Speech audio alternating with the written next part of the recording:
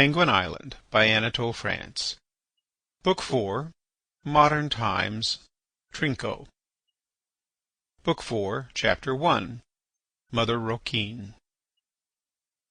Aegidius Aucupis, the Erasmus of the Penguins, was not mistaken. His age was an age of free inquiry. But that great man mistook the elegances of the humanists for softness of manners, and he did not foresee the effects that the awaking of intelligence would have amongst the Penguins. It brought about the religious Reformation.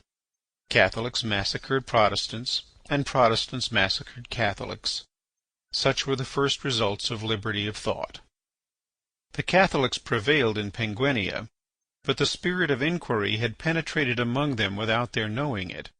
They joined reason to faith, and claimed that religion had been divested of the superstitious practices that dishonoured it, just as in later days the booths that the cobblers, hucksters, and dealers in old clothes had built against the walls of the cathedrals were cleared away. The word legend, which at first indicated what the faithful ought to read, soon suggested the idea of pious fables and childish tales. The saints had to suffer from this state of mind.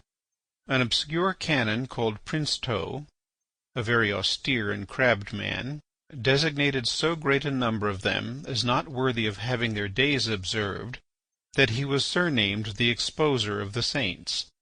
He did not think, for instance, that if St. Margaret's prayer were applied as a poultice to a woman in travail, that the pains of childbirth would be softened. Even the venerable patron saint of Penguinia did not escape his rigid criticism. This is what he says of her in his Antiquities of Alca. Nothing is more uncertain than the history, or even the existence, of Saint Orberosia. An ancient anonymous annalist, a monk of Dombey, relates that a woman called Orberosia was possessed by the devil in a cavern, where, even down to his own days, the little boys and girls of the village used to play at a sort of game representing the devil and the fair Orberosia. He adds that this woman became the concubine of a horrible dragon who ravaged the country.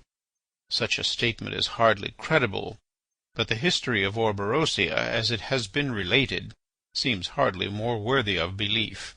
The life of that saint by the Abbot Simplicissimus is 300 years later than the pretended events which it relates, and that author shows himself excessively credulous and devoid of all critical faculty. Suspicion attacked even the supernatural origin of the Penguins.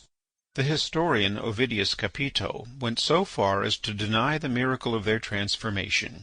He thus begins his Annals of Penguinia.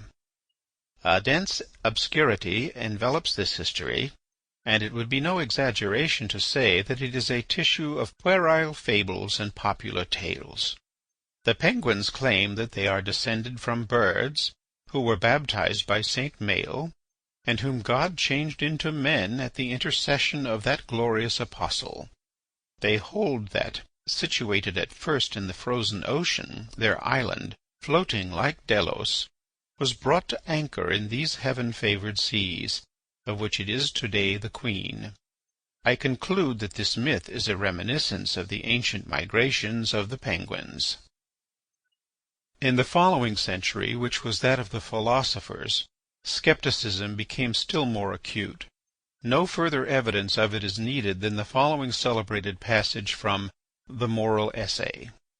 Arriving we know not from whence, for indeed their origins are not very clear, and successively invaded and conquered by 4 or 5 peoples from the north, south, east, and west, miscegenated, interbred, amalgamated, and commingled, the Penguins boast of the purity of their race, and with justice, for they have become a pure race, the mixture of all mankind, red, black, yellow, and white, round-headed and long-headed, has formed in the course of ages a fairly homogeneous human family, and one which is recognizable by certain features due to a community of life and customs.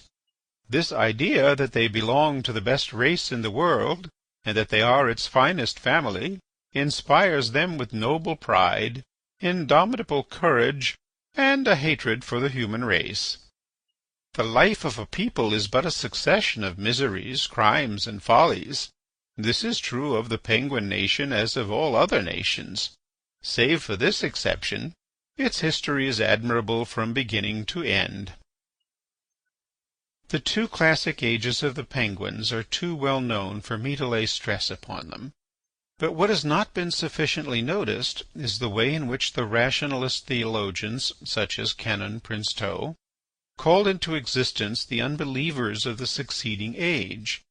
The former employed their reason to destroy what did not seem to them essential to their religion. They only left untouched the most rigid article of faith. Their intellectual successors, being taught by them how to make use of science and reason, employed them against whatever beliefs remained. Thus, rational theology engendered natural philosophy. That is why, if I may turn from the Penguins of former days to the Sovereign Pontiff, who today governs the universal Church, we cannot admire too greatly the wisdom of Pope Pius X in condemning the study of exegesis as contrary to revealed truth, fatal to sound theological doctrine, and deadly to the faith.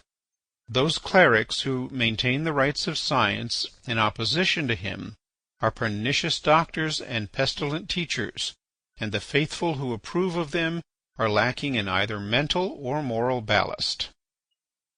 At the end of the age of philosophers, the ancient kingdom of Penguinia was utterly destroyed. The king put to death, the privileges of the nobles abolished, and a republic proclaimed in the midst of public misfortunes, and while a terrible war was raging. The assembly, which then governed Penguinia, ordered all the metal articles contained in the churches to be melted down. The patriots even desecrated the tombs of the kings. It is said that when the tomb of Draco the Great was opened, that king presented an appearance as black as ebony, and so majestic that those who profaned his corpse fled in terror. According to other accounts, these churlish men insulted him by putting a pipe in his mouth and derisively offering him a glass of wine.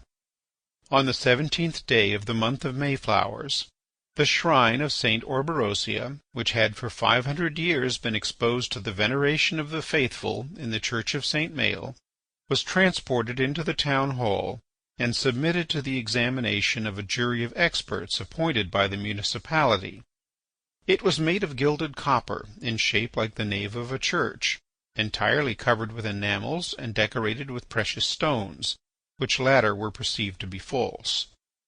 The chapter in its foresight had removed the rubies, sapphires, emeralds, and great balls of rock crystal, and had substituted pieces of glass in their place. It contained only a little dust and a piece of old linen, which were thrown into a great fire that had been lighted on the Place de Grève to burn the relics of the saints. The people danced around it, singing patriotic songs.